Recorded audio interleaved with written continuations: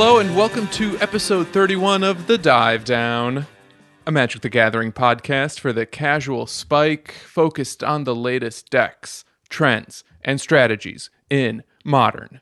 My name is Stanislav here in Chicago, and with me on the line from Phoenix, Arizona, it's the one and only Shane Beeps. I'm back. Missing a week last week was a nightmare that I was living in, but now I'm living in the nightmare that is 115-degree Phoenix, Arizona. Shane, would you say it's, is it Phoenix or mono red Phoenix right now? Man, it is mono. Okay, Dave, I walked outside and some wind blew across me this evening, right? And I was like, oh, a delightful wind. But no, it is hotter. The wind, it's like blowing a fire gun upon me. I'm in Mega Man 2 and Heat Man is blasting me. Just that good hot air. Get a little rig that you wear around your neck with a small fan blowing in your face. You know those rigs? Yeah. You could build it out of PVC pipes. Are you talking about Dune? Bruh. Is this a Dune reference of some kind? Yeah, they kind of had those in Dune, didn't they? Yeah. The spice must flow. They had suits where they drank pee too, but Also with us here in Chicago, it's the godfather of suits, Dave Harburger. Talk about hot air, huh? Here I am. Bazinga. Last but not least, it's the warden, Zach Colhan. We're looking into plans to open our next wing in Denver, Colorado, so keep an eye out for that.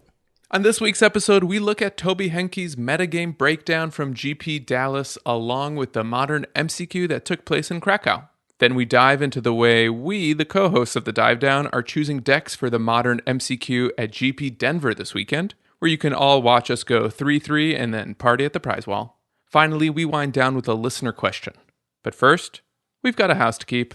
Big thank you and welcome to the newest patrons in the Dive Down Nation. Shout-outs this week go to Kevin S., Ryan H., Jeff B., Jonathan S., Alex W., and Michael M. Also, thanks to Train for moving their support up a tier. That means a lot to us, too. And another shout-out goes to Grantus Mantis for the kind review on Apple Podcasts. We appreciate it very, very much. But with all that out of the way, let's hop over to Zach at the news desk, coming in live from Krakow? I am in scenic Krakow right now, and it's just, what a beautiful city. So, to quote the Channel Firebar article about the event, the top 8 was diverse, with 8 different deck types represented. Dredge, Is It Phoenix, Eldrazi-Tron, Jund, Humans, Titan Breach, Mardu Pyromancer, and Tron, mono green. So there were 8 different decks in this top 8, with 2 of them being Tron but different varieties. So we can go through right now, and I'll read who placed where, and any interesting deck choices or card choices they had. So in first place, we had Tomasz Sodermiski, who is Sodek on MTGO, on Dredge. So hey, a guy we've mentioned a few times on this podcast. Yeah, we're big fans of Sodak for sure. Yeah, he's an extremely quality player. When Hogak Vine was around, he switched over to it just simply for the power level of it, but he quickly went back to Dredge here, and it's awesome that he finally finished something off. He's got a lot of high finishes in the past, and he just, he spiked this one. Zach, what did you notice in this one? So there is a Singleton Hogak, which is pretty neat for a Dredge deck. We talked recently about if Dredge and Hogak might eventually just fuse into one powerful graveyard deck. Yeah, I think it's a good call here. I think that just having a Singleton doesn't really dilute the deck's game plan at all. It doesn't dilute the Dredge deck's engine. And I think in order to support it, he looks like he upped the Golgari Thugs to 3, which is important for convoking the Hogak. And Thugs typically a 2 of, sometimes even a 1 of, when Dark Blast is considered more potent in the metagame, and you want to kind of run 2 Dark Blasts main. But this deck has no main deck Dark Blasts in order to support those 3 Golgari Thugs, and then it shaves a prized Amalgam, it seems, to get the Hogak in the list. Yeah, I wonder if cutting interaction is worth it when you can resolve an 8/8 trample. That's a good point. The sideboard also had a few interesting inclusions. There was a Thoughtseize in there, a couple of them, which is interesting, as well as a Shenanigans, which is, as I mentioned before, a very powerful card that I think is just going to be a staple from now on. I mean, I think you're kind of overlooking the perhaps most interesting one they got the most questions on in like the Dredge Facebook groups and stuff, which is the Singleton Ley of Sanctity. So I think that with the London Mulligan now being, the rule, you can try to find those singleton silver bullets if you want. And so Leyline's really good against hand disruption, against targeted graveyard hate like Tormod's Crypt, Ravenous Trap, Nihil Spellbomb. It's going to be good against Burn, Mono Red Phoenix, or Phoenix decks that want to win from Aria triggers. So I think that it's pretty clever. It's not a bad choice. I remember him saying he brought it in against any deck where he saw Rav traps for sure.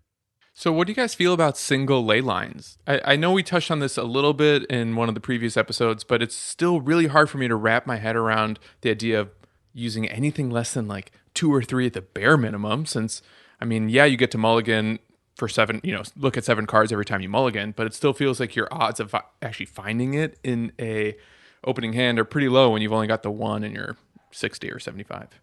No, I agree. Like, that's something that Dredge players were doing even before the London Mulligan, which is kind of running like a singleton Leyline of the Void, where it's like, if I draw it, great. If I don't draw it, it's not going to hurt me.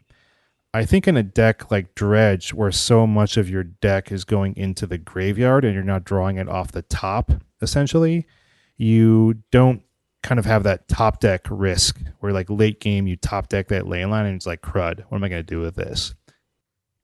In second place, we had Julian Regal on Is It Phoenix? And the interesting choice here was 2 Alpine Moons in the side. I've been seeing Alpine Moons and Phoenix sides like for a while now. I think, Zach, we talked about this a little bit on Slack today. I wonder if it has something to do with giving more decks the option to do something akin to a turn 1 Blood Moon and shutting off some fetching. It's still questionable how effective that would be for me personally, since Alpine Moon still lets those lands tap for Wooburg. But yeah, I don't know. Like, it helps against Valakut. Some of the lands in Titan, creature lands, Tron. It's okay against Tron, but yeah. I think Tron can still Nature's Claim or whatever else they want to do. I think it's definitely there as a turn 1 play against Tron, at least in my experience with playing Is It Phoenix. The Alpine Moon showed up a good amount back towards the end of last year when the deck was first being played, and Tron was much more kind of high on the list of decks. And, when Phoenix was not in its complete, killer form that it is right now. So Alpine Moon definitely helps a little bit against Tron. It gives you a turn 1 play, something that can hobble them for a couple of turns long enough for you to come to life and get them with a bunch of birds. So I think that's mostly what it's for. I think it slets in so nicely against Tron because it hits that maximum we talk about where if you slow them down, you apply pressure. So you can do turn 1 Alpine Moon into turn 2 Thing in the Ice into a turn 3, possibly flip Thing in the Ice and a bird, which is really what you have to do against a deck like Tron, which is going to present that inevitability. One of the other things that I find interesting in this Is It Phoenix sideboard is the Saheeli Sublime Artificer, and I'm curious whether any of you have played against Saheeli or played with the Saheeli Sublime Artificer, because I keep seeing her pop up in a variety of sideboards, especially decks that have access to blue or red, not always Is It Phoenix. But I've never seen her in action. I've never even heard anyone talk about her, and I'm kind of struggling to assess how viable a card like this is. I think it's a definite sideboard card that's showing up in these blue-red spells decks and also red spells decks. So it's also showing up in mono-red Phoenix. I think it's basically a way to convert a non-graveyard reliant way for you to convert spells into additional threats, is what I think the goal is here with Saheeli. And so it can let you make a wide board based off your cantrips if for some reason you can't use Aria of Flame or something like that instead. And also if your Phoenixes suddenly get bad because of a certain matchup. So now how good it is at that is a little less clear because I haven't ever played with it, but I've played against it a couple of times and I haven't found it to be much more than a little bit of a stumbling blocker. I just have killed it really fast and then moved on with my own plan. Dave, I totally agree with that. I've played against it in prison a number of times, and I found that every time it got close to doing something good for the opponent, I had a bridge, I had a board wipe, or I had an answer, and it definitely bought them more time, but it never felt like it was enough to actually close out a game. Yeah, I mean, I might be wrong about what the tech is for exactly. Like, sometimes maybe something is being used for an unobvious reason, but I always assumed it was basically supposed to be a more resilient young pyromancer, and it's kind of borderline at doing that in my mind. Yeah, I think the reason some people play it over Young Pyromancer is because if you have an Awoken Horror on the board, you can use Saheeli's ability to turn one of your Thopters into a copy of the Awoken Horror and swing for 14. Sure. But it's still, I don't know, it feels a little mana intensive. If you're flipping an Awoken Horror, that means you really don't have any Thopters left, or maybe one if you've cast a spell after flipping the thing in the ice. So I don't know. I still feel like I need to be shown what this card can do before I become a believer on it. Third place was Wojciech Radosz on Eldrazi, and this deck had 2 Ugin the Ineffable main. So do you guys think that's just permanent tech from now on? I haven't played with or against Ugin the Ineffable enough to know what kind of power it's actually bringing to any deck like this. It kind of seems to me like a card advantage engine, right? Because it just puts all those morphs eventually into your hand, either using your own blast zone to blow them up or just chump blocking or something. Your guess is as good as mine. Yeah. In fourth place, we have Harald Klingsheim on Jund. This deck there's not exactly a stock Jund list at the moment. The deck's evolving and moving with Modern Horizons. This one only had 2 Renin 6 main and a single Ghost Quarter in the side. Is Renin 6 kind of hovering around 2 as the average, do you think? I feel like I've seen 3 quite often as well. But Yeah. it's right. It's 2.5 Sure. on average.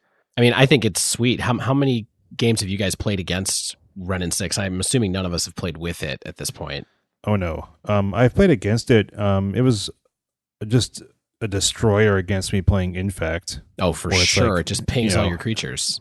It was absurd. It's just repeatable pinging. So that was a nightmare. I found it to be very powerful against Prison. It comes down early, gets around to Chalice on 1, and then just provides tons of value the rest of the game, and they bury me in it. They are able to get the ultimate off and then started retracing lightning bolts after they destroyed my Chalice. So it goes. The real balance I've found is knowing how dangerous a Resolve Renin 6 actually is. Like, how much do I need to get this thing off the battlefield versus attack my opponent's life total? And so, like, just like any walker, even like a Liliana slowly creeping up with the plus, it's getting to an ultimate that will do something. And so you kind of have to be concerned about it, but how concerned you need to be is the real question. I find that the opponent getting back a land and making their land drops constantly is worse than it seemed to me, like on the opposing side, where it's like, oh man, they're just making every land drop they need to all the time. Right. And so never missing a land drop is great. I mean, you always have the land you need to do something or double spell even late in the game. Yeah. I mean, there's a couple other dimensions to this too, of course, which is Jund now has more incentive to pack utility lands. And so you have things like what's the black, that Baron Moor? Yeah, Baron Moor. Where they're running that as a one of, where they can cycle it, return it to their hand, cycle it, draw another card. So if you need some card draw, sometimes you can do that whole game. I don't know if you guys ever played blue-white control with a Crucible of Worlds in deck, where you were like, go ahead, kill my Celestial Colonnade. I will just replay it. Well, guess what? Now Jund gets to do that with Raging Ravine as well. So if you manage to get beyond that, they can just recur that threat. So I think there's a lot of dimensions to that just beyond making land drops. Oh yeah, for sure. I mean, it only took 5 new cards to make Jund have a comeback. So we have like Nurturing Peatland, Seasoned Power Master, Renin 6, Collector Oof, Plague Engineer for sideboard cards. All of these are upgrades to this deck. So, 5 new cards all at once. Jund is definitely seeing a resurgence. In fifth place, we had Christoph Green on Humans. This one had 5 non-human creatures in the sideboard, 2 of the Plague Engineer, 2 Collector Oof, and then 1 Deputy Retention, which is a little more stock. Yeah, good cards get put in sideboards. Good creature cards. I saw a thought the other day, if Humans is just the future of Zoo with the diversification of the creature type, and that just feels correct to me. Yeah, I mean, the human synergies are so strong for the threats that it's going to stay in that aspect just because of Thalia's Lieutenant and Champion of the Parish and stuff. But, I mean, having the ability to cast sideboard cards that are creatures is a dimension that definitely Humans was missing before, and now it has it, so... In sixth place, we have Lukasz Shavarski on Titan Breach. This one had 2 Renin 6 in the main deck, as well as 1 Magmatic Sinkhole on the side. Yeah, I mean, I don't know what to say about Renin 6 in a Titan Breach main deck. I guess it makes sense for a deck that wants lands to get lands back. Yep. And that -1 will get you, X amount of percentage points. The card's just very good, and the utility of getting a land back, especially in mana-based strategies, is very powerful. Yeah, he only ran one scape shift in the deck, and I think having access to that run in 6 made it so much easier for this player to cast through the breach more consistently. And then once you've cast that through the breach, usually that's game over because you've got, either Primeval Titan or Emrakul, or in this case, it also had the Woodfall Primus. Yeah, good card. In 7th place, we had Simon Gellin on Mardu Pyromancer. So this one had 4 Seasoned Pyromancer main, 3 Arcanist, 2 Smiting Helix, and then it had 2 Plague Engineer on the sideboard.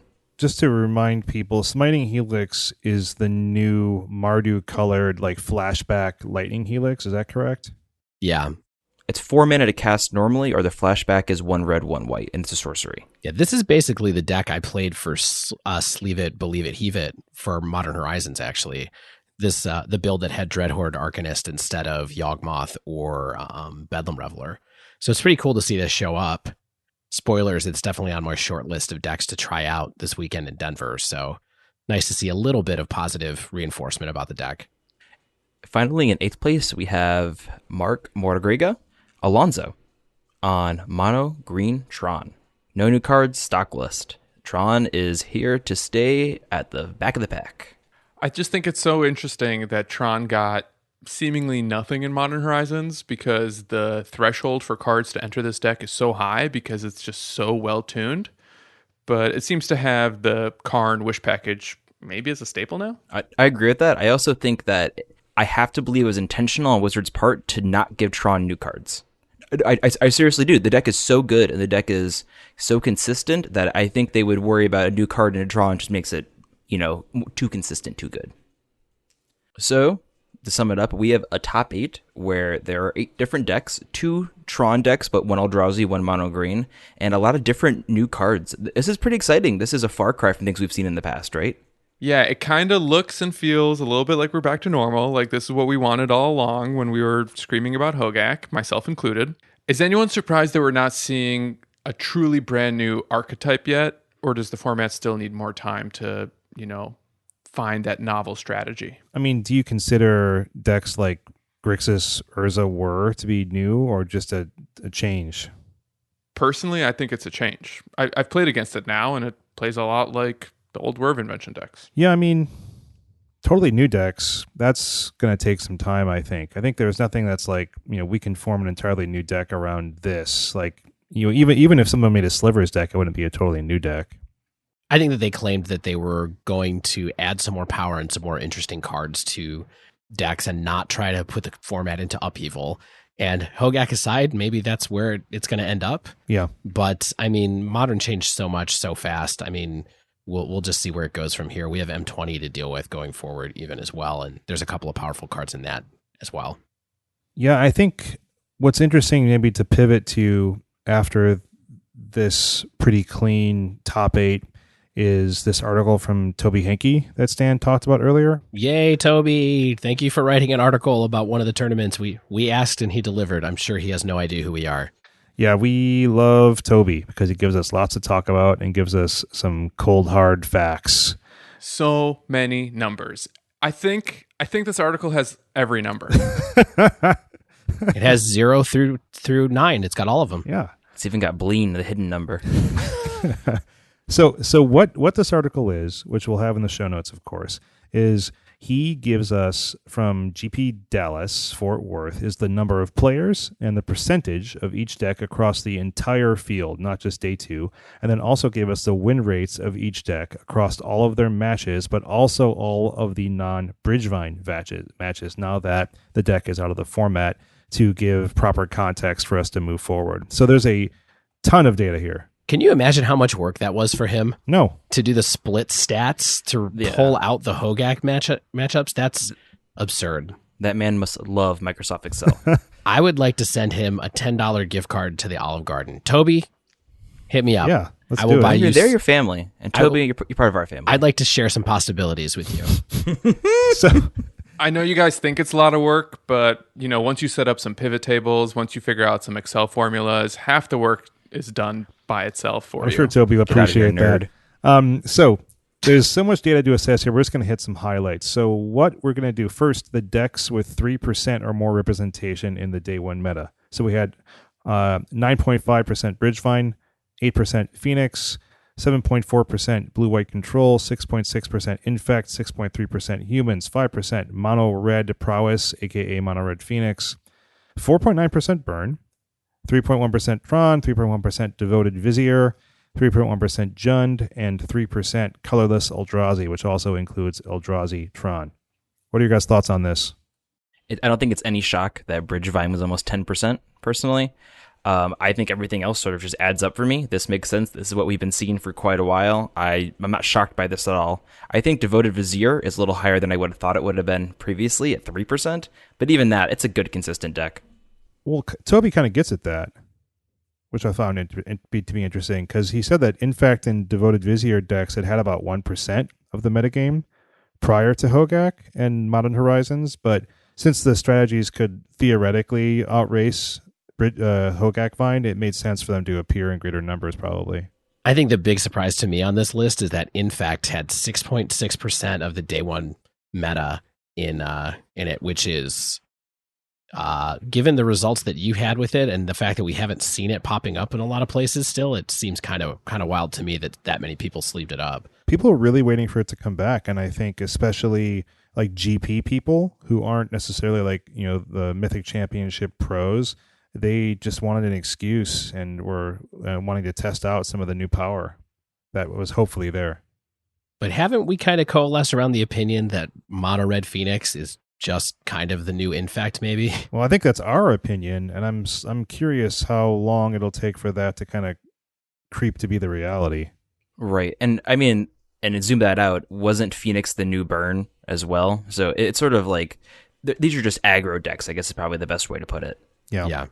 What's interesting next, I think, is we'll talk about some of the actual results here. And so we'll talk only about the non-Hogak Bridgevine win rates, because that deck's not around anymore, at least in the same form.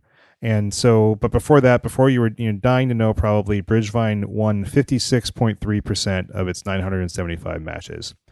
So the way we're going to do this, we're going to read off decks that had a greater than 50% win rate and also had more than 100 matches. We'll start with Colorless Eldrazi, which had a startling, to me, 60.3% win rate in 272 non-Hogak matches. Aren't those bannable numbers typically? I mean, obviously this is one tournament. Well, I think this kind of reinforces one of our assumptions made on the last episode, that Colorless Eldrazi and Etron were one of the good matchups against Hogak. So Sure. If you're in a room full of Bridgevine and you get Chalice, you got to do a turn one Chalice, that seems to, usher the way for a lot of easy wins. Right, and you can quickly play creatures that can profitably block Vegevines and such. Yeah, but we're talking about non-Hogak matches here, 60.3%. Yeah, wow. Well, just a good deck, huh? Well, also the second most popular deck was Is It Phoenix, another deck that's severely punished by turn one Chalice. Sure. Not to mention Infect and Burn and Mono Red Phoenix. Like, it looks like there's a lot of cards or a lot of decks here, even Junt for that matter, that's doing like Thoughtseize, Lightning Bolt, and Inquisition, etc.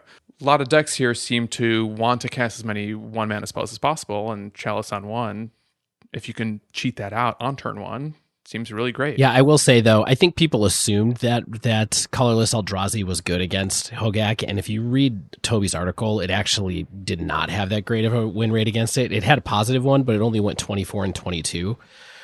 The fact that he pulls out that's super interesting, the deck that, this is, consign this to the historical archives, but the deck that actually had the best record against Bridgevine, according to Tobi's research, was Humans.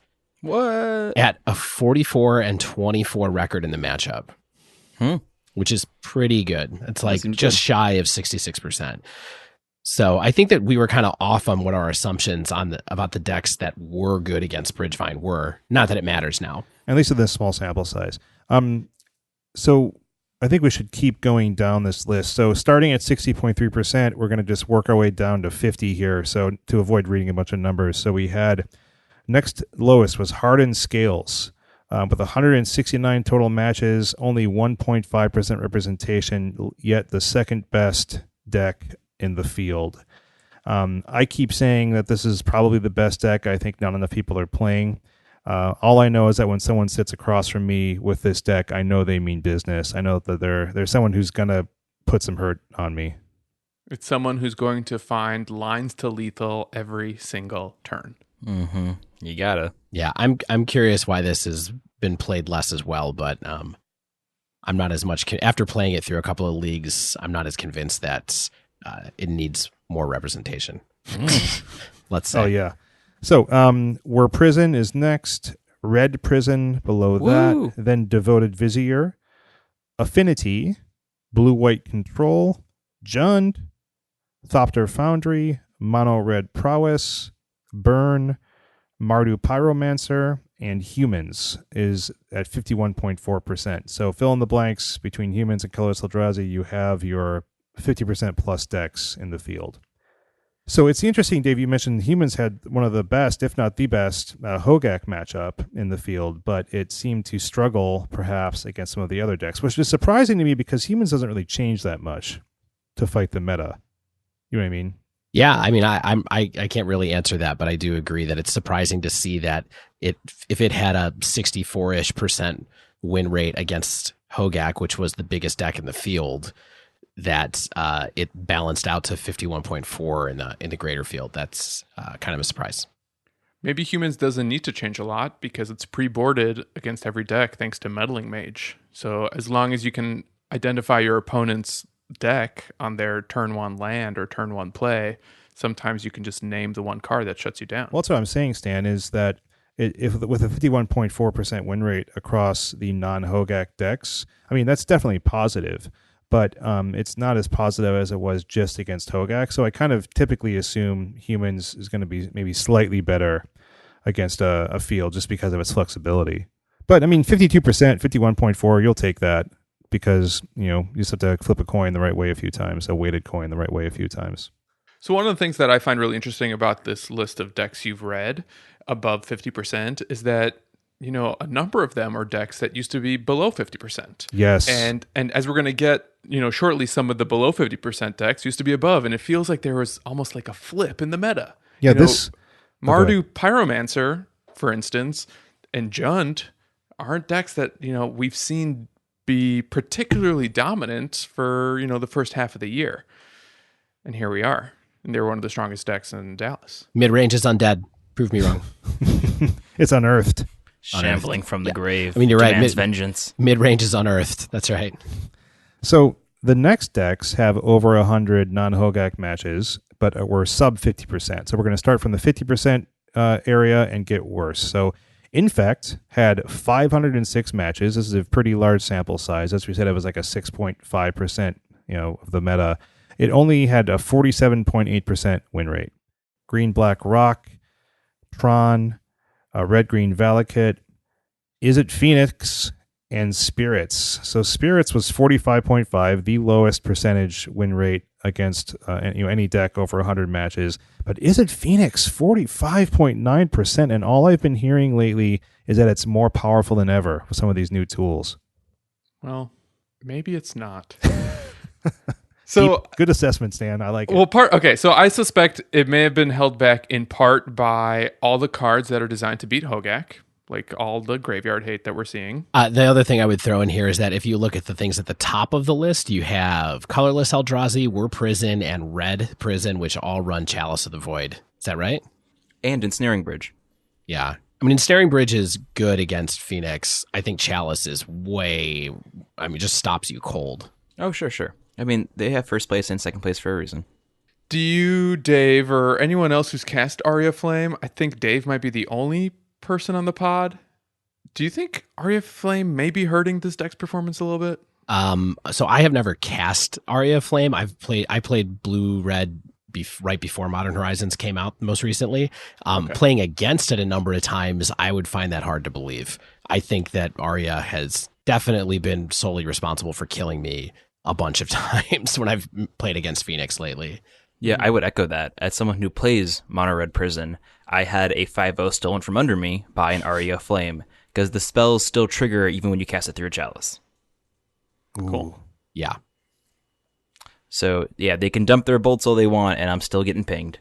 Yeah, so, I mean, my overall surprises here is Infect in this large sample size is not doing that well. I don't think you should be surprised by that, though, Shane. You played it and found that you didn't think it was that good. I also don't think I'm necessarily an amazing player. So it's good to see that perhaps my inclinations were right, and that I think that, like we've been saying, Dave, and you mentioned, is I think that Infect's time perhaps has come and gone, that other decks have eclipsed it in terms of just totally raw beatdown speed, like our mono red prowess friends. I think that I did like seeing the very high win rate of Devoted Vizier. There are strategies that I've mentioned in the past few episodes that I'm keeping my eye on, and 54.5% win rate does seem appealing to me.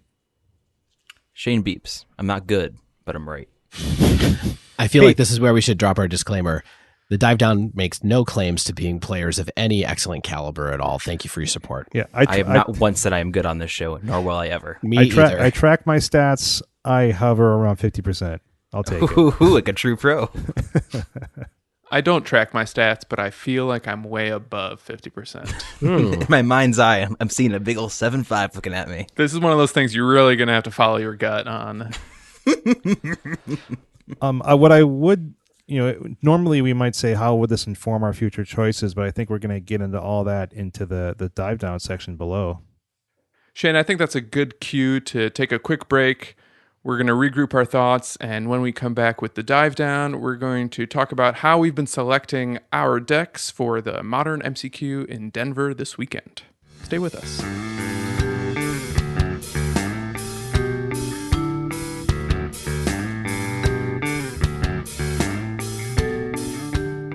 Last week, one of our patrons submitted a question to the podcast that was very thought-provoking for us, and we actually decided to convert it into an entire episode. So shout out to Matt for this one, because today we're going to dive into how the four of us, casual spikes, are preparing and choosing decks for the MCQ and side events at GP Denver. Because we're all going to be together. Oh, yeah, it's going to be awesome. I can't In wait Denver. Can't wait to make some waffles for you guys. I'm going to make some fresh whipped cream, some chocolate chips on top. Yeah, This is taking a weird turn. Okay. And then, Shane, I really prefer you didn't tell people about our diet. I got a new waffle iron for this weekend. That's hilarious. This weekend on the Splendid Table, talk all about our favorite olive oils. So real quick, people may know, people in our Slack we've talked to a little bit, but if you are a listener who is going to be at Grand Prix Denver, please reach out to us via Twitter or something like that. We'd love to say hi. We'll have a tiny amount of swag that we can share with people. So come and hit us up, and we'll have something fun. And we just love to meet people and say hi at the event. So one of the challenge things, us to Games of Modern if you want. Yeah, one of the things I think we should do is post up for a little bit at the 1v1 side events, where you just go buy a little cheap ticket, you play a single match with somebody, and then you bounce. And so we can just sort of post up there and kind of take all comers who come by. I think that'd be fun. So look for us there too. Yeah. Best way to find us, Twitter. All of us will have our Twitters on, and we are all connected to the Dive Down account. So just add us and we can hang. Yeah. And for the most part, I think we're almost exclusively playing Modern. I don't even own a standard deck. I might bring one commander deck, but I feel like Zach and I are the only ones who ever play commander periodically. I'll probably do some Modern Horizons drafts if there's sit and go drafts here and there, depending on what time is looking like. Grand Prix, I think they always feel like you have more time than you actually do to fit in events. So my plan is mostly to concentrate on just playing some paper Modern tournaments and just enjoying it. Yeah, but so we've all been kind of talking and thinking about what we want to bring to this tournament. Now that, with Hogak Bridgevine gone and Modern Horizons sort of settling in a little bit, we've all had kind of thoughts bouncing around our head, what to bring, what to take with us, because we may have a lot of decks, but you can only play one. Yeah, so we're each in a very fortunate position where we have several decks available to us, either from our collections individually, some of us are sharing cards, whatever the case may be. The four of us have been spending a lot of time thinking about what to play, since that's, tweaking your 75 is often the hardest decision a young Magic player can make. So that's why in this week's Dive Down, we're going to look at the decks we're choosing from Young at Heart Chain, consider how they relate to the modern metagame as it stands today, share some of the findings we've had while testing, and maybe provide some insights for how each of us prepare before a competitive event. All right, so I might as well go first. I wasn't here last week. I'm jonesing to have a big wall of text to talk about with all y'all. So single-spaced 2 pages. So I guess my short list going into this weekend was pretty much Dredge, Esper Mentor, Burn, and Devoted Druid strategies. And Burn is kind of a surprising new addition. It's based off of, one, just the pure simplicity and linearity of it in kind of a slightly unknown metagame. But also, too, it's been putting up some results lately. So that's always appealing. When you see a deck that you've liked playing, putting up some results, it kind of draws you into it. But I think I'm really going to just be playing Dredge, at least at the MCQ. Maybe some side events. I'll kind of have some fun with Esper Mentor. But I think Dredge is a deck to play this weekend especially. I think the game 1 power level is still just overtly super high. I think with Hogak out of the metagame, I think most main deck answers are going to be out of people's decks, besides maybe like a Stray Surgical Extraction. If people are choosing to run that main deck, I think I just have to accept it.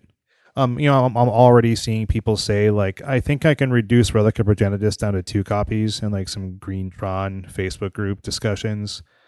So I think signs like that just point me to, okay, my game 1 matchups are going to be as strong as ever. But more importantly, perhaps, is I think that the sideboard hate is going to be somewhat lighter due to Hogak being removed from the metagame. And I think that opens up Dredge to have an opportunity, maybe not as quite the same opportunity as it might have before people were really aware of graveyard strategies being the du jour of Modern the past few months. I think that that's going to really give me an opportunity to spike a tournament and capitalize on the slightly better percentages there in sideboarded games. But then I really also worry that people are going to be aware of Dredge kind of lurking in the background, and they're not going to shave as much from their sideboard as I might hope.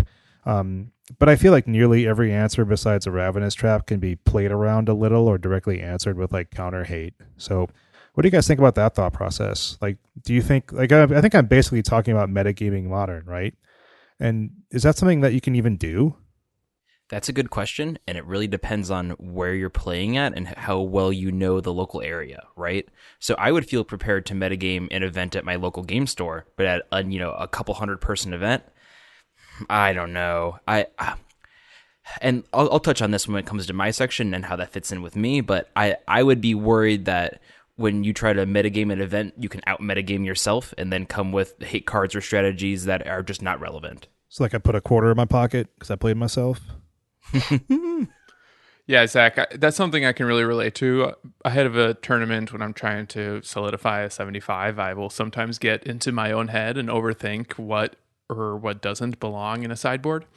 But to answer Shane's question about metagaming the format, I think it's yes and no. Because on the one hand, the format is massive, and your odds of playing the same deck twice are pretty low in a large event that's got several hundred players. But at the same time, we as podcasters understand the relative power level of some of the decks in the meta. And I think that's really important to informing your thinking about what's going to go into your decks and how you're going to sideboard, or maybe what your vulnerable matchups are, or maybe consider the new strategies that are available to you, because we've got so many new cards coming through the format right now. Yeah, I think I kind of agree that it's a yes and no kind of answer, because I think that you can metagame Modern for 2 reasons. One is there's a lot of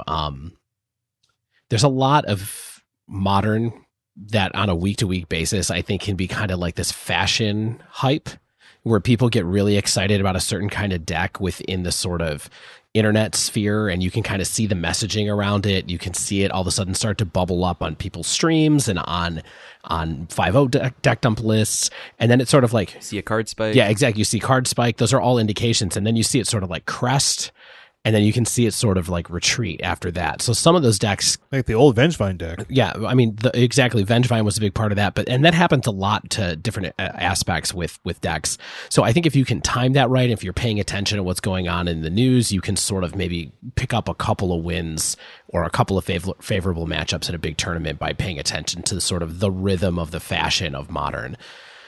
On the flip side, the other thing that you can always keep in mind is that there are sort of super archetypes that have hate cards that are good against them in Modern, right? Great point. So graveyard decks is always a question. It's like, how good and how prevalent are graveyard decks at a given moment in Modern? That's the kind of buzzword right now. Because even with Hogak gone, they're still pretty popular. There's still tons of decks that used to use the graveyard for different things. And the same can go sometimes for artifact decks, can go for small creature decks and tribal decks, and on and on. Dave, I think you just put that perfectly, and that's something that I can really relate to, where sometimes I can get, like I've mentioned before, tunnel vision, where, I'm setting this card in because I'm going to face Phoenix. No, zoom out. What are you setting in when you're facing aggro or aggressive tempo decks? That's the sort of thing where, Anger of the Gods might be better this tournament because I think I'm going to see a lot of go wide strategies, as opposed to I think I'm going to see a lot of Mentor. Yeah, it made me think, Zach, about back to our kind of a tweak episode a long while back. Is we've talked a lot about how to configure your sideboard and how to think about your sideboard, and I think that a lot of the power of metagaming is seen in configuring your sideboard, but also kind of it's making me think about my deck selection altogether. And I'm kind of looking at this and I'm saying, do I see a window for me to kind of attack people's shields while they're down? And I'm not 100% sure that it's the right choice, but I'm going to take the chance. Well, let's talk about a little bit what subtle change you might think that there is in people's graveyard hate packages that gives an opening for Dredge. Yeah, I think that there's some new additions to Dredge that shores it up against the kind of the graveyard attacks, Dave, where people are running main deck Blast Zone now to kind of be able to remove some annoying permanents on the other side of the table. Hogak is like a 1 or 2 of is definitely spicy just for a gigantic beater that's fairly easy to be castable. I think that this is not regarding graveyard hate, but I think with Forgotten Cave is now you can like Life from the Lomet back to your hand, and that cycles. It's a cycling land in red, so that's kind of a really easy Dredge trigger. And Creeping Chill is still legal, so I think that combine that with the London Mole, which we haven't all really experienced a ton yet, but I think that allows Dredge to sculpt that 4-card opening hand. It just needs to get going with like the Enabler and the Dredger and a couple lands. Right. And, so I think that's kind of all more additional reasons. I think, and with cards like Shenanigans, with being able to kill that annoying Grafdigger's Cage on the other side of the table, I think those are all good additions to the deck. I think that the metagame broadly is not super threatening to Dredge. And that's gonna be conducive to some wins, like because Dredge doesn't like to see combo decks on the other side of the table. Doesn't like to see Titan. Doesn't like to see Ad Nauseam, Storm. Those can be really annoying things to face. But this just aren't around right now. I don't know what the heck happened to Titan decks, but I think that they must have just not had any game in kind of a Hogak metagame because they went poof. They also didn't get a lot of pieces in Horizons, right? I don't think we talked about Titan in any of our reviews, really. Not a lot, anyway. I mean, I think Hogak being there. I mean, it's hard when your opponent has a turn 2 play that can block Titan. Right. That's a good point. I mean, I don't know if that was all of it, but that definitely feels like some of it. Yeah. I'm not super enthralled though with playing against like an Urza War style deck, and I think that they can really peel up some meaningful hate and like prison and lock cards fairly easily. So I'm not leaving the house without fewer than 3 Ancient Grudges this weekend and a Shenanigans. And I'm also not really sure about how Dredge fares against devoted combo decks, which is why I think I'm definitely have to run 2 Dark Blasts in my 75 right now. They'll probably be in the sideboard just to keep that Hogak engine going strong in game 1, but that's kind of like my tech as well, as I think I need that small creature hate. Are you adopting Sodex tech and running Hogak in your 75? Oh yeah, I think it's worth a one of. I think you don't dilute your engine enough, and you give your, with just the single card, you're not diluting that engine, but it adds a ton of, large power to the board. and recursive power at that. I think I'll know a little bit more about when I maybe do some testing with you all on Friday when you arrive, but I'm pretty sold on a singleton. So do you think you could maybe neatly sum up the big reasons you've decided on Dredge for the tournament? Sum it all up. Good game one power, potentially less hate broadly in the field, has good answers to hate now in the main and sideboard, and I think that it might have a window opportunity to spike that way. I think its weaknesses will be Urza Word decks and potentially devoted combo decks, but I think that is still the same Dredge we've all come to love or hate. Great. Zach, what are you thinking this weekend? I know that you've had an interesting thought process here. Right, so I've been between two decks, Scred and Prison, and I'm really looking at this through really the lens of familiarity with the deck versus a power level of a deck. Yeah, it's always a really tough decision to make, right? Right. So to call back to Tobi's article real quick, Mono Red Prison had a 54.5% win rate, and Scred did not appear a single time in the article, not even the word. So what is Scred? Asked Tobi Yeah. Henke. So to bring this back, sort of part one of my thing is why I switched from Scred to Prison initially. So anyone who's a fan of this podcast has heard even one or two episodes knows I like Scred. It's a big part of my identity in Modern. It's really the first deck I played competitively, and I really, really like the playstyle. I've been playing the deck for nearly 5 years at this point, and I just love it. But in the past year, I found my success with Scred online, especially on Magic Online, declining, and where I used to be able to go 4-1 pretty consistently, I was going 3-2 and sometimes worse. And so while 3-2 is not the end of the world, I want to be doing better. And I found that Blood Moon naturally on turn 3 was getting countered, wasn't good enough because my opponent was getting fetches, or just a myriad of reasons that I was feeling sort of fed up with the deck. So my choice to move to Prison really solidified when I played in that competitive event in Milwaukee with Stan. And I found that in my sideboard, I had a Chalice of the Void and Ensnaring Bridge, and I was bringing them in almost every single game. So if I'm at a point in where I am constantly citing in the same cards, maybe they need to be main deck. So moving from there, deciding I need to cast lock pieces very quickly, Mono Red Prison. So I've slowly accumulated pieces to the deck, started learning the ropes, and it turns out it's much harder to play than Scred. After, learning how to play mid-range for a while, I had memorized a lot of the lines for Scred or had good ideas how to operate, and with Prison, they were just so different. And a lot of the maxims didn't cross over, or they were like the language thing, false friends, where it seems very similar, but I actually misplayed and I'm all of a sudden 0-2. Things where I would jam Blood Moons before Chalices, or run out Chalices on 1 when I already had a Chalice on 2 and counter my own Chalice. Things like that, where it's just Chalice on 1, opponent goes, okay, countered. Oh, okay. And even if I don't lose that moment, it feels bad. It feels like you're not a good Magic player. Yeah, it's really frustrating to pilot a deck that you want to learn and you want to figure out, and you're like, I play Magic, I know Magic pretty well, and then you just do like these really ridiculous punts where it's like, oh, that's completely obvious, that was just an onboard effect that I should have looked at. And that's, I think, one of the things that we all have to sort of get over in order to really to spend the time to learn something, is you're gonna have to make mistakes because Magic is a super complicated game. No, absolutely. And to compound on that, the deck got a new card in War with Karn Great Creator, which has been amazing. It's really, really revitalized the deck, and I think has made the deck that much better. But Karn isn't just you play the game and you play him and you win the game. It's much more complicated than that, because you can minus him, grab a latest, and then your opponent goes, okay, Karn's dead, and now you have a 6-mana do-nothing artifact in your hand. Yeah, it's definitely not an auto win just by casting Exactly. it. So I'm still learning. I'm watching videos about the deck. I'm talking on the Discord. I'm talking to people in our group, texting with friends, etc. So right now I feel like I'm at this crossroads where I feel like I've, if not quote-unquote mastered Scred, I've gotten nearly as good as I can get with it. But I don't feel like it's quite powerful enough in the certain meta where Prison is, but I feel like I'm going to be missing Prison lines and making misplays with Prison that I wouldn't make with Scred. Yeah, but you must have been pretty excited to see that article that we talked about earlier where Mono Red Prison was like hovering at 55%-ish wins. Yes, it's certainly swayed my choice in a way, or felt like it pushed me in a different direction, but Scred's always a deck that's on the fringes of things, right? So it would be shocking to see a Scred appear on a Tobi Henke list, quite frankly. Well, just there's so few people that play it. There's So, 7 of us. there's and I 7. know all of them. Like, are we talking nationally or regionally? We'll say 12 globally and 7 in the greater Chicagoland area. Wow. Chicago is the seat of Scred because we're Apparently, often snow covered. An icy throne.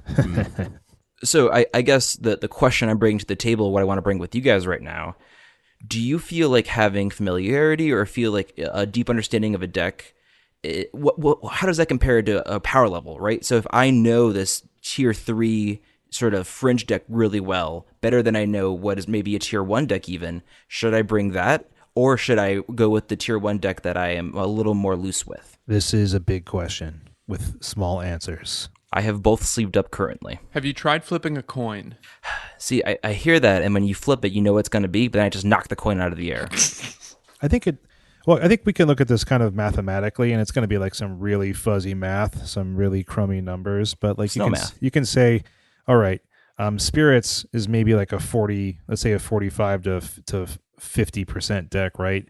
But if you're really good with it, maybe you get that to 50. But if you're going to play a 55% deck, and what's the window there? Is it like, what's the floor? Like, let's talk about like fantasy sports kind of concepts, right? Like, what's the worst that this choice could do for me?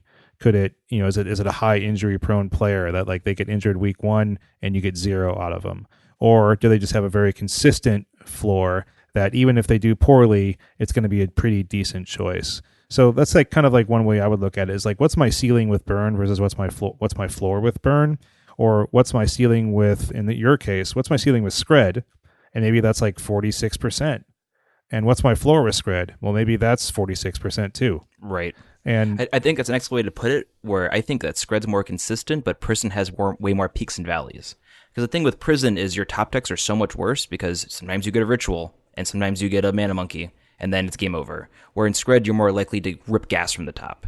So and that's the whole thing, is you're trading off that consistency. So sometimes you have to mull to 5 and then it's uh-oh. But on the same note, sometimes you do have the explosive starts. So it's a big trade-off. Zach, I have advice for you. I've been thinking about your dilemma, and I think you should play Prison for several reasons. I mean, for one, firsthand how Scred has been doing lately and its performance over time. And it sounds to me like it isn't getting a bunch of new tech and Modern Horizons that you think might improve its performance in general. No, there's been a 5.0 list with a single of the Snow Creature Land popping up, but Scred will always have a 5.0 pop up here and there. There are devotees. Yeah, but I think the most important reason for you to play Prison has to do with results-oriented thinking and goals in general. And I think you probably want to consider, or at least if I was in your position, I would really consider how important it was to me either to win versus to learn. And this seems like a really great opportunity for you to go into a tournament to test your skills, test your ability to make good choices, and see what you could learn about this deck beyond this tournament, because you're going to stick with it no matter what. Right.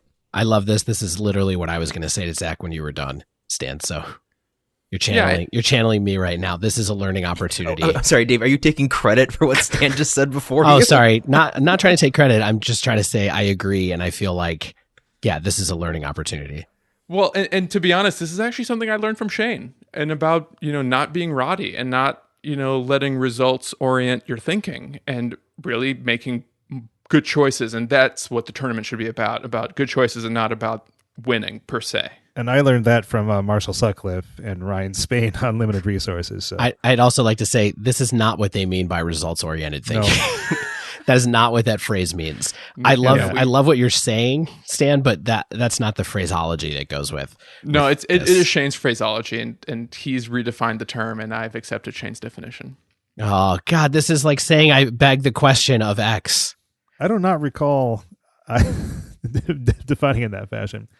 But Dave, I wanted to just jump back quickly. What do you think as a fantasy sportsman about that kind of concept of ceiling and floor in deck selection? I think it's super important. I think that it's something that pros think about, or someone who is a kind of a grinder level person. I mean, I think that's where the story that Zach kind of took us through, I think, is a little bit, it feels to me like, it's not like we've been prepping for 6 months and Zach is like, all right, it's time for me to try to make the pro tour in this MCQ. Like what we're trying to do is figure out. Well, isn't that entirely the idea?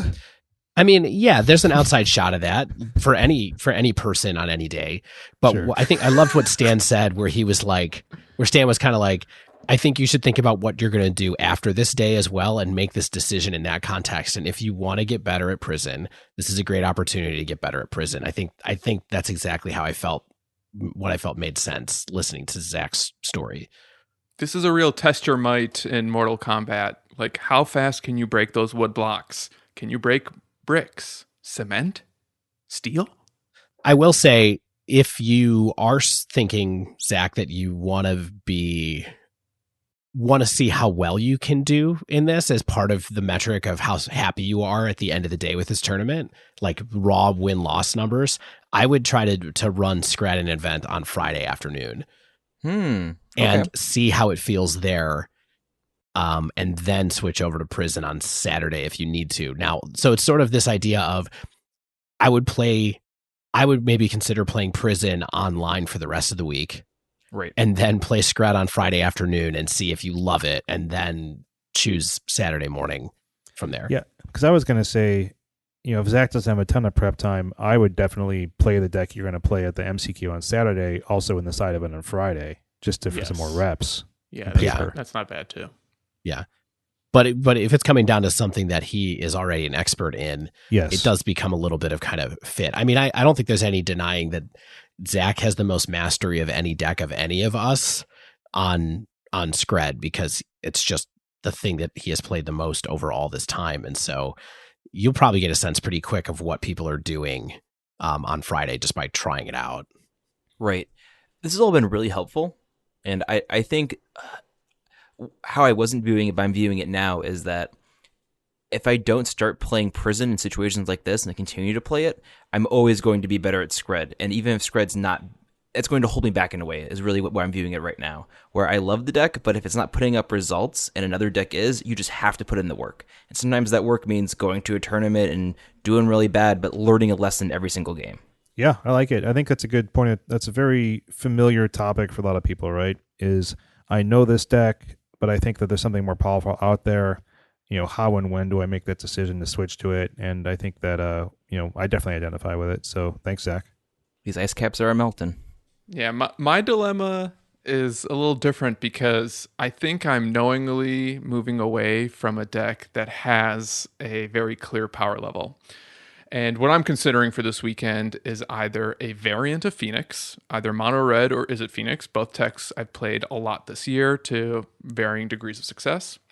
And I'm also very, very seriously considering picking up my new pet, and that's the red-black Skelemental deck. Skelemental! So this is just an exciting new strategy for me. I've been having some reasonable success with it, both online and in paper. It's kind of a different strategy than what I'm used to playing. I don't really play a lot of red-black, but here we are. I get to cast hand disruption spells, beat down my opponent, grind them out in the mid to late game. And no, I'm not playing Jund. It's red-black Skelemental. You get to cast 6/1 trampling discarders. That's Why right. not? Let's leave it. Well, thank you, Stan. People don't see it coming, except if it's in your graveyard and you untap with black mana. So here's why I'm considering a new deck, perhaps against my better judgment.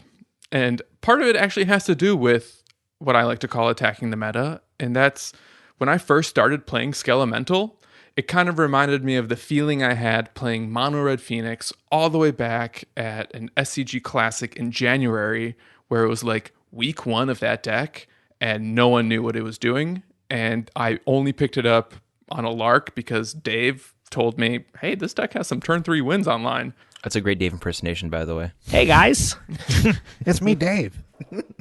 Yeah, so likewise, Skelemental, it's got a proactive strategy. It's very disruptive.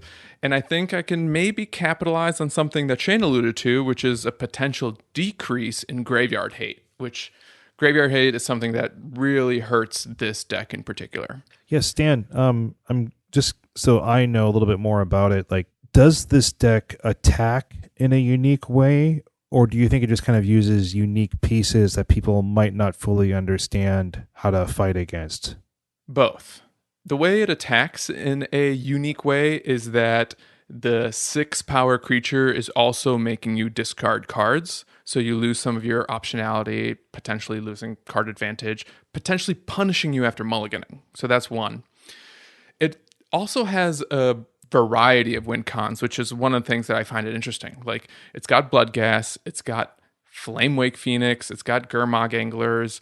Sometimes it's dealing 6 damage because you're going to bolt and then attack with a Dreadhorde Arcanist and rebolt. Yeah, so do you think like the opponent is like, well, crud, I have this Lightning Skelemental. This is a new card that I haven't seen before. I need to remove it. And then that kind of opens the opportunity for one of your other threats to stick and do some work for you?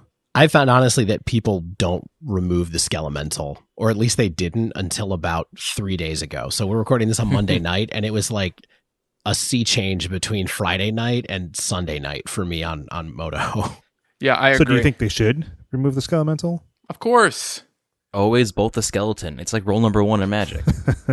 Should you discard 2 cards or remove the creature and Yeah, it seems 1 for crazy 1? that they wouldn't. It's not that they wouldn't, it's that they're not sculpting their game plan to where they don't leave themselves vulnerable to a haste card is what's going on. And so people, I found, not to butt in here for a second, but I played this deck a bunch and I'll talk about it a little bit more later, but I found especially against like mid-range decks like Jund, they were super happy to play a threat and tap out for a threat, and then you just demolish them.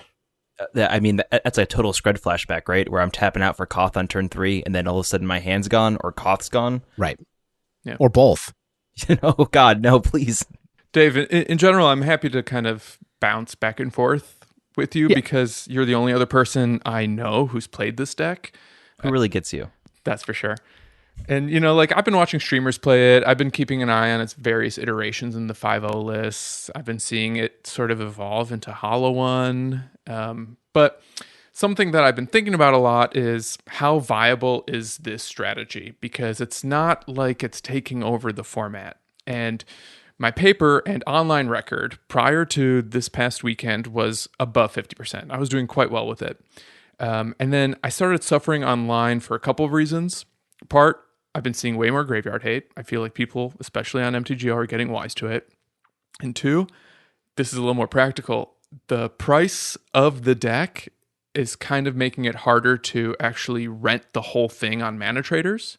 And as such, I have to play like these generic off-brand versions of it that are, shaving Dreadhorde Arcanists, which, sometimes Dreadhorde is really bad against graveyard hate, but in game 1, it can be really important for recasting your Thoughtseize or your Lightning Bolts or your Unearths. Yeah, I mean, I had to cut surgical extractions from the version of the deck that I was playing just to be able to fit it under the cap, because the deck is up to like 480 tickets, I think, right now. Oh my goodness. And so you just kind of have to, because Seasoned Pyromancer is 30 tickets a piece, Arcanist is 20 tickets a piece, and Surgical is 55 or whatever, and so that's a whole deck. Plus right there. fetches, Blackleaf Cliff isn't cheap by any means. Yeah. Yeah. I think the thing that I found with this is really the whole graveyard component has been much more punishing than I thought it was going to be. And there's a couple of other pieces that I would throw in here as things that make me worried, is that this deck has no way to deal with a resolved enchantment anywhere, which is a real drag out of red-black decks. And sometimes it's a problem and sometimes it's not. Chaos Warp is not modern legal. So, Dave, when you're talking about enchantments, I think you're talking about Leyline of the Void specifically. I'm talking about Rest in Peace also, but yeah.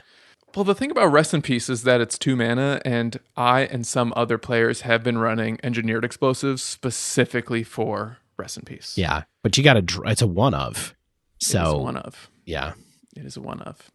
And you are drawing cards, right? It's got Faithless Looting, it's got Seasoned Pyromancer. Sure. Yeah. You have some tools to get through the deck. And your deck can definitely win without the graveyard. I think that there's a deck out there that still is going to be able to use Skelemental without such a heavy graveyard synergy. But the version of the deck I was running, which I think was the same one that you shared, Stan, was like, I'm going to run 3 mana Chandra from M20 and Dreadhorde Arcanist and Skelemental and Unearth. And it's like the full complement of all the graveyard payoff cards. And I just think it's kind of like maybe the core of where that deck is right now is just way too reliant on that as the way it's getting advantage, instead of just concentrating on a more kind of mid-rangey plan with a little bit of extra disruption from Skelemental. Right. I don't want to go too hard on like all the nuances of the deck and like how we're sideboarding into different strategies. maybe we can do that a little bit with you, Dave. But right now, I want to talk a little bit about my personal goals and how they're shaping my deck selection, because I think some of my goals are different from my co-hosts in that I have come in 9th place in a competitive REL event. So if I want to keep improving, like the only place for me to go is to top 8 an event. And that's something I want to do. And it's something I've been putting some amount of work in. So I'm not going to come home heartbroken if like I get blown out and I don't top 8. But I know in my heart that top 8ing an event is something that I would love to achieve, at least before I become a dad one day and don't have as much time to play Magic. Yeah, well, I top eighted mine before I became a dad too, so I feel you.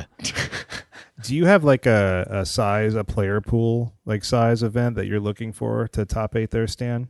9 people. No. As long as it's competitive rules enforcement level, player pool is out of my control, and I'm just happy to take home some cash and show that I'm on a top 8 list. And honestly, like if it's big enough that it appears on Goldfish and I can start building a MTG Goldfish resume, kind of like an IMDb resume, that's just like a feather in my cap. Yeah, you no longer have PPTQs to top 8 with like 40 people, so you have a harder hill to climb.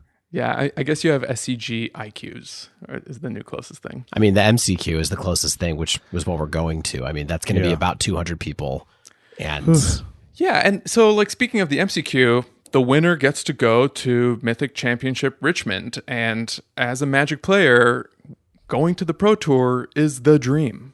Right. Am I wrong? Like, sure, we love to play just for fun, but we're also going to a competitive REL event where the winner does this specific thing. So I think we would all be pretty pleased with ourselves if one of us pulled it off. Oh, certainly yeah. myself included. It'd be fun and be validating. You know what I mean? Everyone would be super hyped to do so. Yeah. And as far as validation is concerned, demonstrating the product of my hard work with this deck, studying the format, studying Modern and the meta, and demonstrating that I can make good choices against opponents who are all there to win and they're all probably pretty good. Like, these are among my goals, like to show that I have it in me. Sure, but I think as I always try to temper your ambition here, Stan, and remind the listeners that if you make the right decision 99% of the time, and you still finish like 2-4, you did well. That's being that's kind of I think what Marshall talks about in terms of being Roddy, right? Which is like decisions, not results. right. Totally. So if you make the right decisions and you play well, yeah, I mean it's really easy to say, but it's also hard to walk out the door being like, I know I played great, but I only won 2 matches. That kind of sucks. But that's Magic. Yeah, but at the same time, I totally feel where Stan is coming from here, which is like, hey, I feel like he feels like he's been gaining traction, that he's been having positive results, especially in the last like 6-8 months, like kind of coinciding with the same time that we've been talking on the podcast. So you can thank us later. But I mean, I totally get that, and so I think it's a fine goal to have. I'll say personally, I'm nowhere near that as being my goal for that. Like you said, Stan, like, I'm very ambivalent about trying to qualify for an MC personally. I'm much more on the third bullet that you have here, which is I just want to demonstrate that I made good choices. Mm-hmm. Like, I feel really comfortable with that because I don't have a lot of results lately that show that I've done that. So I feel like it's totally okay that you're at a different kind of level of ambition right now. I think that's great. Oh yeah, I'm not trying to poo-poo that at all. Like, I've always wanted to win something like this, so I'm just trying to be that, that just slight tempering, like, just play well and make that kind of like, the base goal. Totally. And I have one last thing I want to touch on before I open the floor for discussion and ask y'all a question. And that's like a non-zero amount of influence on my decision and deck selection for this is having fun. And as I've said, I've been playing a lot of Phoenix this year, and this is this new thing that I'm having a great time playing and some positive results. And like, part of me is worried that with Is It Phoenix or Mono Red Phoenix, I might just be kind of bored. And doing something different and trying to test my knowledge while learning a new deck, just win, lose, or draw, seems a little bit more fun. So that being said, I'm really curious if the three of you have taken any time to consider what your goals are for this event. This is the first time all 4 of us are playing in Comp REL event together. Zach and I have done it in the past. I think it's the first time we've played in any event together. Is that wrong? We all did play at a unsanctioned Magic event at a bar in Chicago once, for what it's worth. Stan, Where are we you just kind of kinda- walked around and played matches against each other. That's true. Yes. Yeah. In between playing like games like Pinbot 2000. Yeah. That's right. Shout out to Logan Hardware for making this dream a reality 3 or 4 years ago. That's right. Stan, am I hearing you kind of ask like, do my goals impact my deck selection?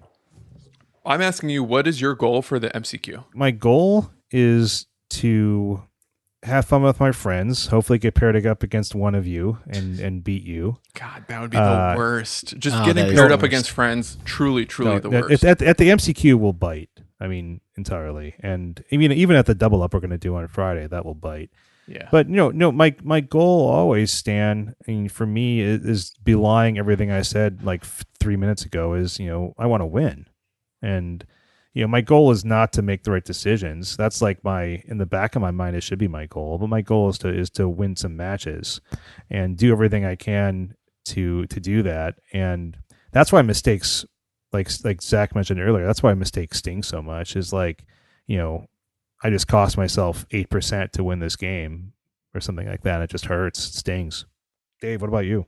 Yeah, I mean, I think I alluded to it a minute ago. I mean, and I'll talk a little bit about it more when I get to my deck selection process, but I think my goal is really to just kind of get to that positive win ratio in the MCQ is like the place that I want to start right now. It's been a long time since I've played a long multi-round tournament like this, and so that's kind of where I'm coming from, is that I would love to go 5-4 or 4-2 or something like that and just feel good about the decisions I made.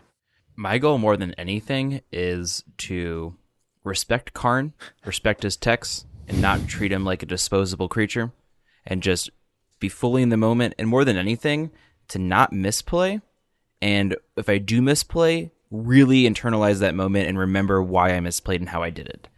I found myself when I picked up Prison making the same mistakes repeatedly, but in sort of different scenarios, and trying to zoom out and realize my bad practices. So even if I don't win or don't do great, I want to feel that I lost because of things that were out of my control, not because I played poorly. Yeah, I think that's definitely, I think, should be my goal as well this weekend. One of the things, though, Stan, I like that you mentioned is kind of like this concept of like fun and trying something new. And I think that plays into deck making decisions for a lot of people too, right? And I think that, you can get bored with the same thing you play all the time, especially decks like Is It Phoenix that are trying to do very similar things, I think, every game, or Dredge tries to do very similar things every game. That can get kind of dull. And so when you have something new, something that you think can attack the meta game or attack people's knowledge of the format is what you're really doing. Yeah. By playing something new, like you're saying, like I have something that is unexpected that unless you're doing a lot of reps on Magic Online, you probably haven't seen yet. So I'm going to throw you a curveball and see if it dips out of your strike when you swing the bat. So it dips out of your strike zone. That's kind of was in my mind thinking about Esper Mentor, which is like I just love casting the hand disruption. I love casting Monastery Mentor, and I want to have a deck where that card can do something. But I just don't think it's the deck for me this weekend, and that's frustrating. But I think that's something that's even making me consider it, is just the fun. Shane, maybe that could be your Sunday deck. After Yeah, it's definitely going to be. I'm definitely going to be sleeving that up and putting it in a deck box this weekend for sure. So Dave, you have a personal story to share with us as well. My angle on things, I think, is a little different right now, just because I'm not sure if it's been apparent to people, to listeners, but I've been. Just from the way I've been talking on the podcast the last couple of months, but I've been struggling a little bit to kind of find a deck that I want to play in Modern for a while now, in a certain sense. And so I do a lot of sampling and switching decks and playing 2, 3, 4 leagues with a certain deck for the podcast to generate content and see what's going on. But I tend to put it down and just move on to something else from there. So as someone who used to have a pretty strong identity with a certain subset of decks in Modern, which was basically kind of blue-red spells decks or Jeskai control, it's been kind of weird for me over the last month since it's been fun, but at the same time it's been kind of weird because I feel like when I think of an event that I want to go to, like the MCQ, I really am at a bit of a loss of what I would take Part of it is because I've played so many things recently, and part of it is because I've been doing very average with so many things lately. I feel like I definitely hit a peak where I was feeling really good about playing in Modern back in probably March when I was playing the Thalia Stompy deck, and I was really kind of killing it with that across four or five leagues that I played with it. Felt really good about it. The problem is I don't have access to any of those cards that I can play, and so it's not really an option for me. And I also don't think that I particularly want to play that deck right now. And so I've been a little kind of like at sea as far as what I really enjoy playing right now. So it's hard for me to figure out what to choose. I also think that the leagues on Magic Online have gotten harder since they combined them, and so there's been a little bit of a, even though the prizes are a little bit better, you know, if you get a free roll out of a 3/2, that's pretty good, and you even get more points now for a 2/3, for example, which helps, but it's been a little hard for me to feel like I'm getting positive traction on things when I just kind of feel a little outclassed by the players in the player pool and haven't totally adjusted to that.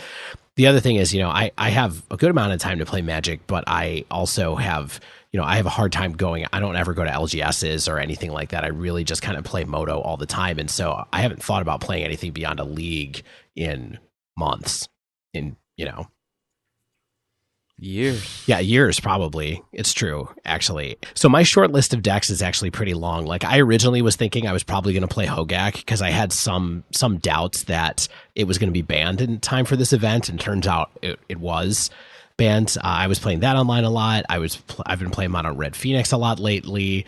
Mardu Pyromancer and the red black Skelemental deck that Stan was talking about is kind of my three on the short list, with kind of like a final curveball of blue white control.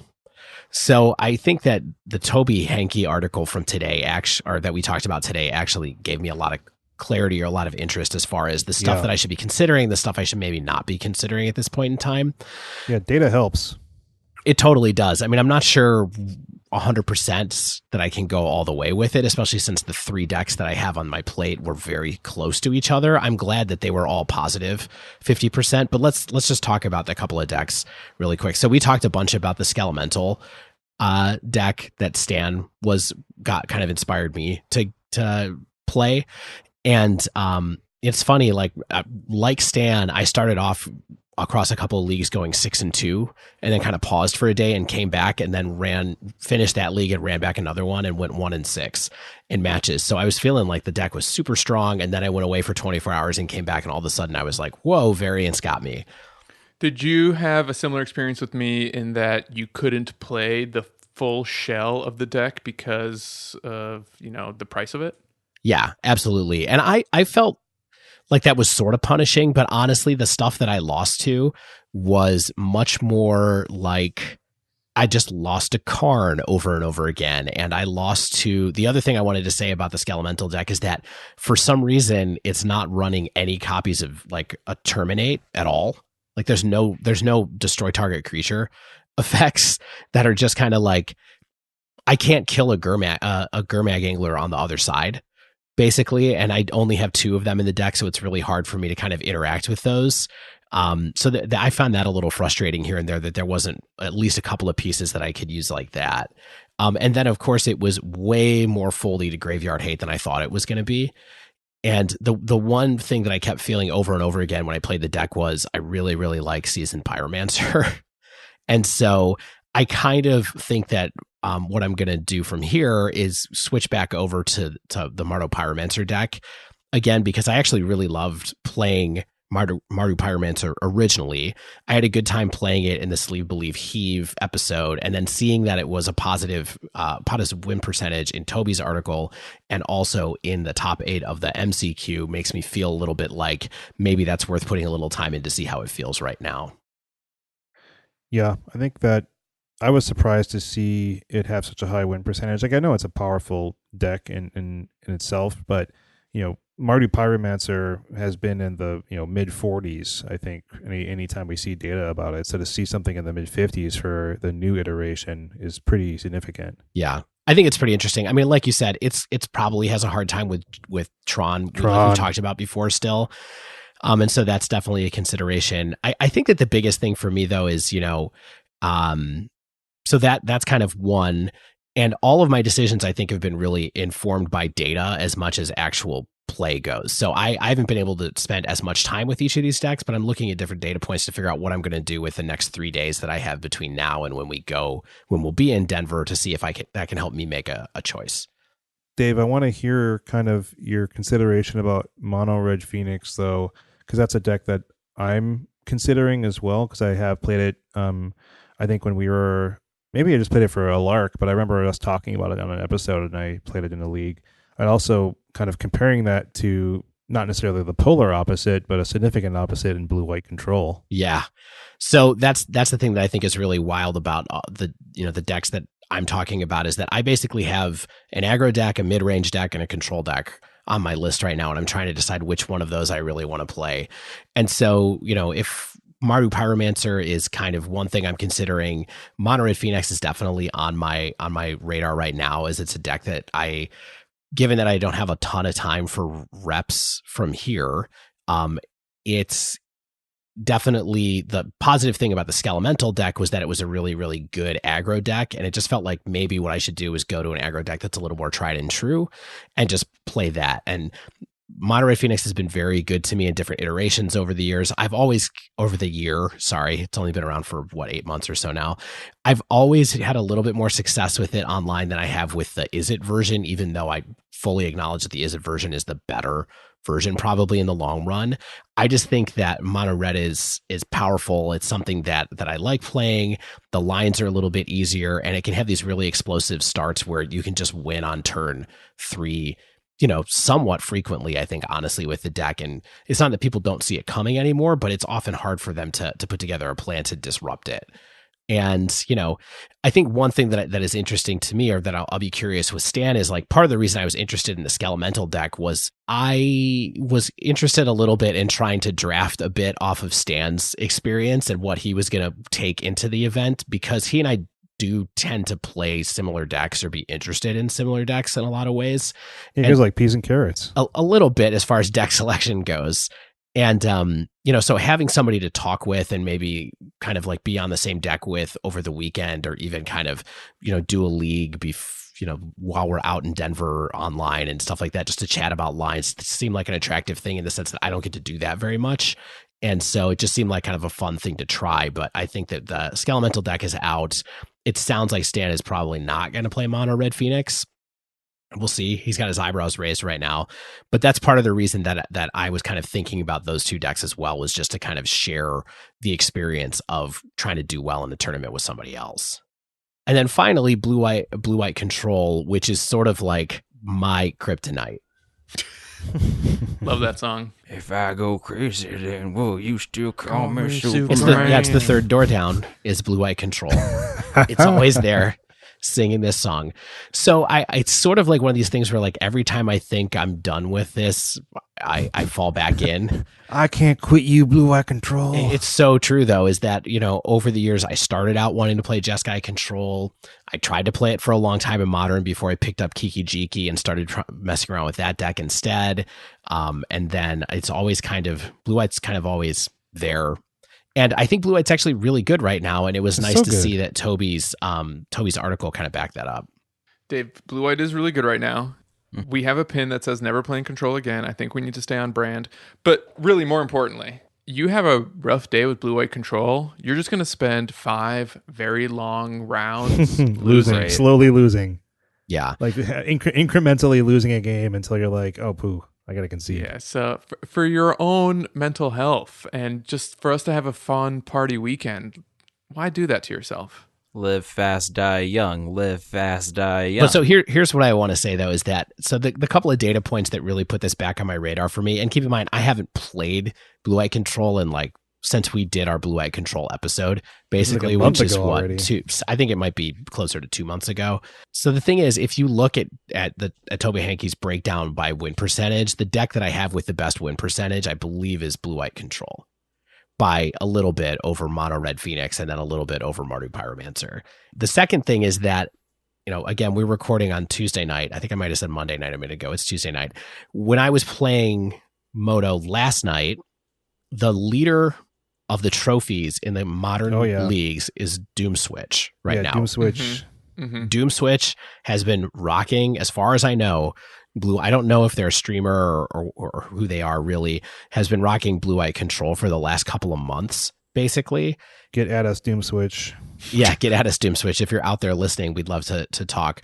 But also doing well in challenges, and then also frequently posting 5-0s and leading the trophy leaderboard. And so it was a little bit of a light bulb for me too, where I kind of went, maybe I should take a look at their list and kind of see where that goes too. And it turns out I have all the cards for their list already, except for Force and Negation, basically. So, the other thing I would say last here is that the decks I've lost to the most frustratingly, other than Hogak over the last couple of weeks, is Karn the Great Creator decks. And I'm not exactly sure if the matchup with Blue Eye Control is good for Blue Eye Control or not, but the idea of having access to Force and Negation is really attractive to me in a metagame where I feel like I just want to be able to counter some stuff out of nowhere without having to try to think it through all the time. Yeah, I mean, you get to play Force of Negation, and I've been seeing some lists with Monastery Mentor in the sideboard. You get that fun. That's in Doom Switch's list as well. Yeah, of course. Yeah, run that. Do it. So Dave, I sort of have a parting question for you, or my final question for you at the very least. Are you the kind of person who's going to wake up for your flight on Friday and pick the one deck and go? Or are you going to have all those decks in your suitcase and just decide the moment of the tournament? I will try to decide on Friday night will be what I will be doing. So I'm going to sleeve up all these decks and take them with me at the very least, so that we can try to play them in sit and goes and 1v1 matches and stuff like that, like Shane said. But that's going to be what I'm carrying with me, and we'll just kind of see where it goes from there. Dave, do you think this is like an argument or an internal discussion, like data versus gut? Like, what do you think is kind of informing your decision the most? I think for me, it's probably more on the continuum of data versus enjoyment. Yeah. Maybe that's gut. I mean, I think given that I'm not really in a mindset where I think I'm going to spike the tournament, and I really just want to have a bit of more of a learning experience, kind of like a mini version of what we were talking about with Zach. It's probably me deciding which deck I want to play on Magic Online the most going forward and sleeving that one up. Word. And you know what? Honestly, if I put it in that context, the deck I probably want to play the most on Magic Online going forward is Mardu Pyromancer if it's good. And so, because Blue Eye Control is really, really egregious to play online, and I've played tons of Mono Red Phoenix, so I don't feel like a real yearning to continue to play that deck. Right. Blue Eye Control's a buzzer beater every time. Here's the real burning question I have for you before we move on, though, Dave, is how many Fulminator Mages can this deck run on the sideboard to prepare for all the Tron you're going to face in the London Mulligan? It's a great question. I think I could probably, I'm looking at the MCQ list. I could probably swap out a couple things and get up to 2 or 3. I'm surprised it doesn't run any right now, but anyway, that would be my hot tech. Unearth Fulminator Mage, enjoy. Yes, I've definitely done it in the Skelemental deck too. All right, this was a fun skeletal conversation. I'm really hopeful that none of our listeners are paired up against us this weekend, because they're just going to come totally prepared and they're just going to blow us out. So if you're a fan of the show and you're paired against us in one of these modern events, just let us know after you beat us, because then our feelings will be improved. We're going to take a quick break, and when we return, we're going to quickly address a listener question before time runs out. Stay with us.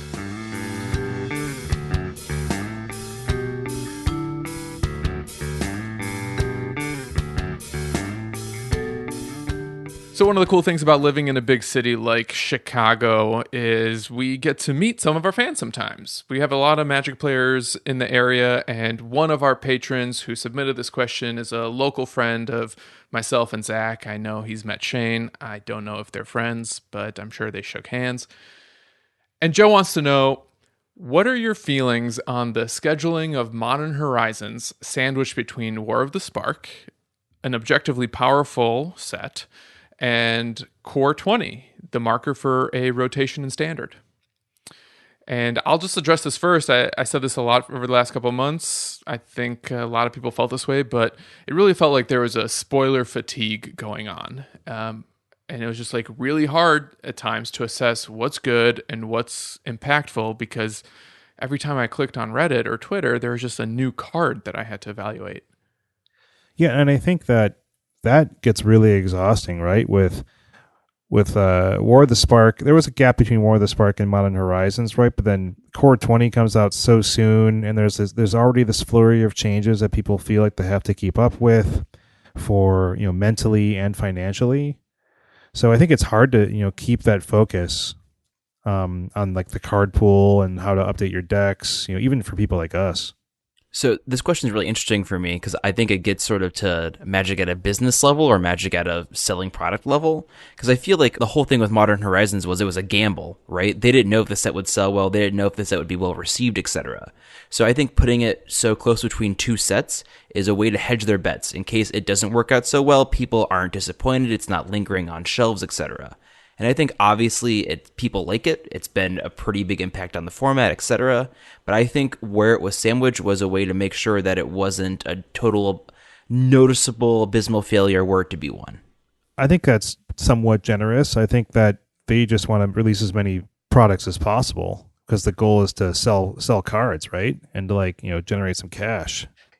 Here's my thought here is, I mean, there's basically 6 sets every year now, right? Yeah. And, they printed one that was modern focused and it just happened. And it's just kind of hitting the format really hard and making things change. But I think that it's something that is just sort of the way Magic works now, is that, we had 4 sets for a long time and then we had 5 and now we have 6. And it's, I don't think they're going to go much farther than that, I hope. But, the impact has been surprising, especially because of the mechanics in War of the Spark. And I think that's the thing that's really kind of rare and might not happen again. Yeah, I mean, I think typically we'd be happy if maybe like 5 cards from a set, kind of see consistent modern play. Yeah, I did a quick count, and there's like 15 cards in War of the Spark that are seeing pretty regular modern play, and they're making a really big impact on modern. They're not like random sideboard cards. Yeah, Blast Zone, Karn, the Teferi Time Cop. There's Narset. And so I think, people feel kind of a financial pressure in one way to keep up with the decks they want to play and with the format's power level, and to sort of have that bang from War of the Spark into Modern Horizons. The metagame feels an upheaval. Their binders feel an upheaval. Their pocketbooks feel an upheaval. And I think that right. and that feels a little bit overwhelming, I imagine, for a lot of people. I mean, honestly, I didn't buy certain Modern Horizons cards because I just spent so much money on War of the Spark cards.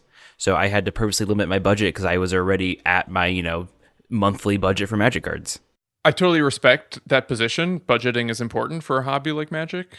But on the other hand, I think the fact that Modern has been so dynamic and it almost feels like standard, and like the rate at which decks are coming and going and technology is entering the format and changing what is viable and what isn't viable, Hogak aside, I think it's kind of an exciting time. And, as Dave kind of suggested, like this might be a once in a lifetime moment.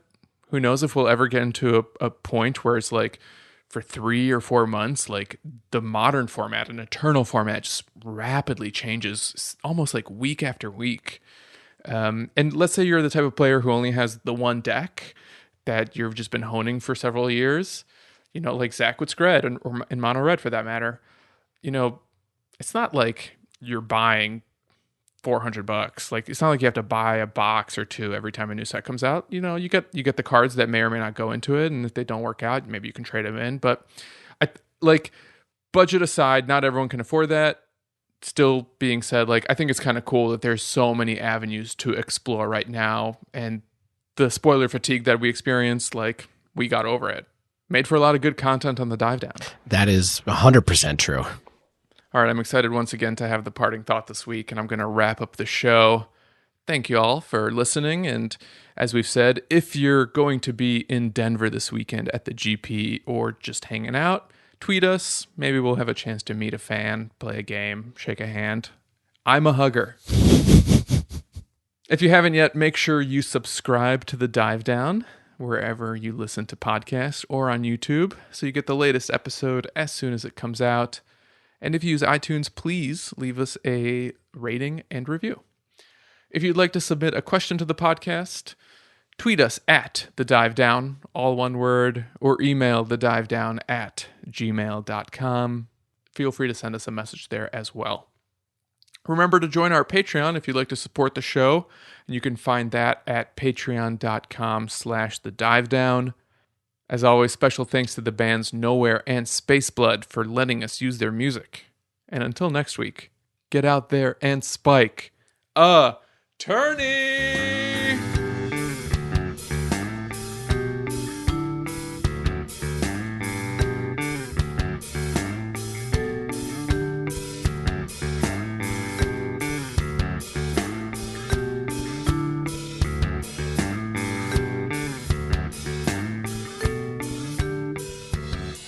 We haven't talked much about Plague Engineer either, but Plague Engineer is so good.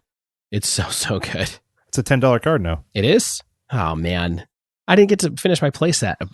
When have a do fifth we for you, start Dave. opening boxes of Modern Horizons? That's what I want to know, because I've not seen the price move yet on sealed. I got you, Dave. Don't worry. Yeah, thanks. No, it's your fifth. Don't worry. Wow, Shane just flashed a Plague Engineer. A perfect pack fresh. It's as crisp as a cracker. Plague Engineer.